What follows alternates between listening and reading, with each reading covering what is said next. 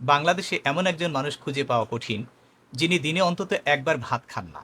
কিন্তু আজকাল সামাজিক যোগাযোগ মাধ্যম খুললেই দেখা যায় ভাত বিষ, সাদা ভাত খেলেই ডায়াবেটিক্স, অথবা ওজন কমাতে হলে আজই ভাত ছাড়ুন।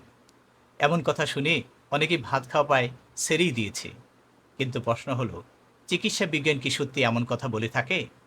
সাদা ভাত কি আসলেই আমাদের শত্রু, নাকি সমস্যা ভাত নয়, বরং আমরা কিভাবে, কখন এবং কতটা খাই সেখানে? আসসালামু আলাইকুম। আমি ডাক্তার শামসুর রহমান, এবং আপনারা দেখছেন আমার স্বাস্থ্য বিষয়ক চ্যানেল ডাক্তার ভাই।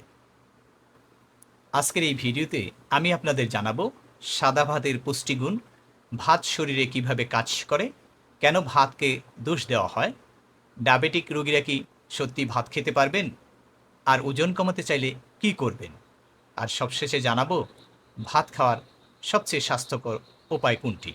চলুন শুরু করা যাক।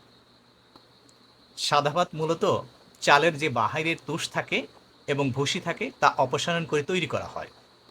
এ কারণে এটি তুলনামূলকভাবে নরম, সহজপাচ্য এবং দীর্ঘক্ষণ সংরক্ষণ করা যায়। ১০০ গ্রাম রান্না করা সাদা ভাতে গড়ে থাকে প্রায় ১৩০ ক্যালোরি। এছাড়া এতে থাকে ২৮ গ্রাম কার্বোহাইড্রেট, ২ থেকে ৩ গ্রাম প্রোটিন এবং খুব কম পরিমাণ ফ্যাট। এটি মূলত শক্তির অন্যতম উৎস। অর্থাৎ ভাতের প্রধান কাজ হল আমাদের শরীরকে জ্বালানি সরবরাহ করা। ভাত খেলে কি রক্তে শর্করা অর্থাৎ সুগার বেড়ে যায়? এর উত্তর হলো হ্যাঁ, তবে পুরো গল্পটা এত সহজ না। ভাতে থাকা স্টার্চ হজম হয়ে গ্লুকোজে পরিণত হয়, আর এই গ্লুকোজ রক্তে প্রবেশ করলে প্যানক্রিয়াস অর্থাৎ আমাদের অগ্ন্যাশয় ইনসুলিন নিঃসরণ শুরু করে। এই ইনসুলিন গ্লুকোজকে আমাদের শরীরের কোষে কোষে পৌঁছে দেয়, আর এটি সেখানে শক্তি হিসাবে ব্যবহৃত হয়। এটি একটি সম্পূর্ণ স্বাভাবিক শারীরবৃত্তীয় প্রক্রিয়া। কিন্তু সমস্যা তখনই হয় যখন একবারে খুব বেশি পরিমাণ ভাত খাওয়া হয়, শারীরিক পরিশ্রম কম করা হয়, অথবা শরীরে ইনসুলিনের রেজিস্ট্যান্স থাকে। তখন রক্তে এই শর্করা দীর্ঘ সময় অবস্থান করে, অর্থাৎ রক্তে গ্লুকোজের পরিমাণ সবসময় বেশি থাকে। তাই সমস্যা শুধু ভাত না, সমস্যা এর পরিমাণ, খাদ্যের ভারসাম্য এবং জীবনযাপনের পদ্ধতিতে। অনেকেই বলে থাকেন সাদা ভাতের জিআই ইন্ডেক্স অনেক বেশি। এই জিআই ইন্ডেক্স বলতে আমরা বুঝি কোনো একটি খাবার কত দ্রুত রক্তের শর্করা পরিমাণ বাড়ায় সেই মাত্রাকে। ভাতের জিআই ইন্ডেক্স একটু বেশি কথাটি আংশিক সত্য, কিন্তু বাস্তবে আমরা শুধু তো ভাত খাই না, আমরা ভাতের সাথে খাই মাছ, মাংস, ডাল, ডিম, শাকসবজি। এই প্রোটিন, ফাইবার ও স্বাস্থ্যকর চর্বি একসঙ্গে খাওয়া হলে খাবারের সামগ্রিক গ্লাইসেমিক প্রক্রিয়া কিন্তু কমে যায়। এর ফলে রক্তে শর্করার পরিমাণও কিন্তু ধীরে ধীরে বাড়তে পারে। তাই এক প্লেট শুধু ভাত আর এক প্লেট ভাতের সঙ্গে ডাল, মাছ, শাকসবজি, এই দুই খাবারের প্রভাব কিন্তু একরকম না। ভাত বেশি খেলেই ডায়াবেটিক্স হয়, এমন একটি বহুল প্রচলিত ভুল ধারণা আমাদের মধ্যে আছে। ডায়াবেটিক একটি জটিল রোগ।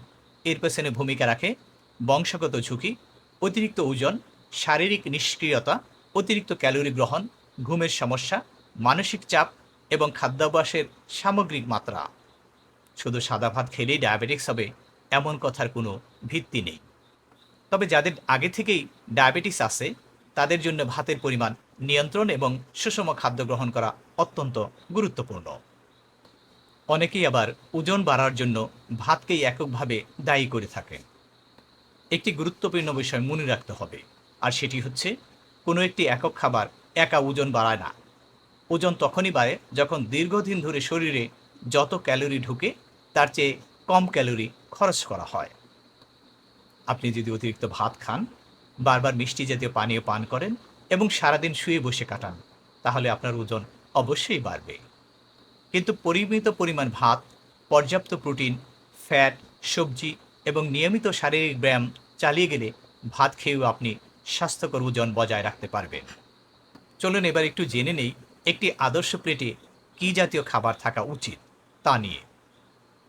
একটি আদর্শ প্লেটের অর্ধেক থাকবে বিভিন্ন ধরনের সবজি, আর এর 1/4 থাকবে ভাত বা অন্য কোনো শস্য। বাকি 1/4 থাকবে প্রোটিন, যেমন মাছ, মাংস, ডিম, ডাল বা ডাল জাতীয় খাবার। এভাবে খেলে রক্তের শর্করা ধীরে ধীরে বাড়বে, দীর্ঘক্ষণ পেট ভরার অনুভূতি থাকবে, অতিরিক্ত ক্যালোরি গ্রহণ করা কমে আসবে, পুষ্টির ভারসাম্যও কিন্তু বজায় থাকবে।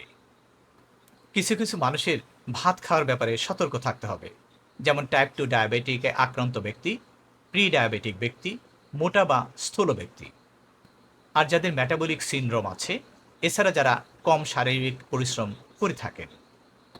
তবে তাদেরও সাধারণত ভাত সম্পূর্ণভাবে বাদ দেওয়া উচিত হবে না, বরং চিকিৎসক বা একজন পুষ্টিবিদের পরামর্শ অনুযায়ী ভাতের পরিমাণ, সময় এবং প্লেটের ভারসাম্য ঠিক করে নিতে হবে। এবার ভাত খাওয়ার 7টি বিজ্ঞানসম্মত নিয়ম নিয়ে কিছু কথা বলি। 1 নম্বর হচ্ছে একবারে অতিরিক্ত ভাত খাবেন না। 2 নম্বর ভাতের সঙ্গে পর্যাপ্ত শাকসবজি রাখুন। 3 নম্বর প্রতিটি প্রধান খাবারের সাথে প্রোটিন যোগ করুন। 4 নম্বর চিনিযুক্ত পানীয় এড়িয়ে চলুন। 5 নম্বর খাওয়ার পর হালকা হাঁটার অভ্যাস করুন। 6 নম্বর নিয়মিতভাবে ব্যায়াম করুন। এবং 7 নম্বর হচ্ছে ওজন, কোমরের মাপ, রক্তে শর্করার পরিমাণ নিয়মিতভাবে পর্যবেক্ষণ করতে হবে। সবশেষ কথা হলো, সাদা ভাত শত্রু না, আবার এটিকে অলৌকিক স্বাস্থ্যকর খাবারও বলা ঠিক হবে না। ভাত একটি সাধারণ খাদ্য, যা কোটি কোটি মানুষের শক্তির প্রধান উৎস। আপনার স্বাস্থ্য নির্ভর করে শুধু ভাতের উপর নয়, বরং পুরো জীবনের উপর। আর আপনি কি খান, কতটা খান, কতটা চলাফেরা করেন, কেমন ঘুমান এবং আপনার শরীরের সামগ্রিক অবস্থা কেমন। তাই ভাতকে অকারণে ভয় পাওয়ার কোনো কারণই নেই। আবার অতিরিক্ত খাওয়াও যাবে না। পরিমিত পরিমাণে সুষম খাদ্যের অংশ হিসেবে এবং সক্রিয় জীবনযাপনের সঙ্গে সাদা ভাত অধিকাংশ সুস্থ মানুষের জন্য নিরাপদ।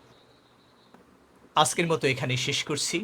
ভিডিওটি যদি আপনার উপকারে আসে তাহলে একটি লাইক দিন, বন্ধুদের সাথে শেয়ার করুন এবং আমার চ্যানেল ডাক্তার ভাই সাবস্ক্রাইব করতে ভুলবেন না। মহান আল্লাহ রাব্বুল আলামিন সবাইকে ভালো, সুস্থ ও নিরাপদে রাখুন। আল্লাহ হাফিজ।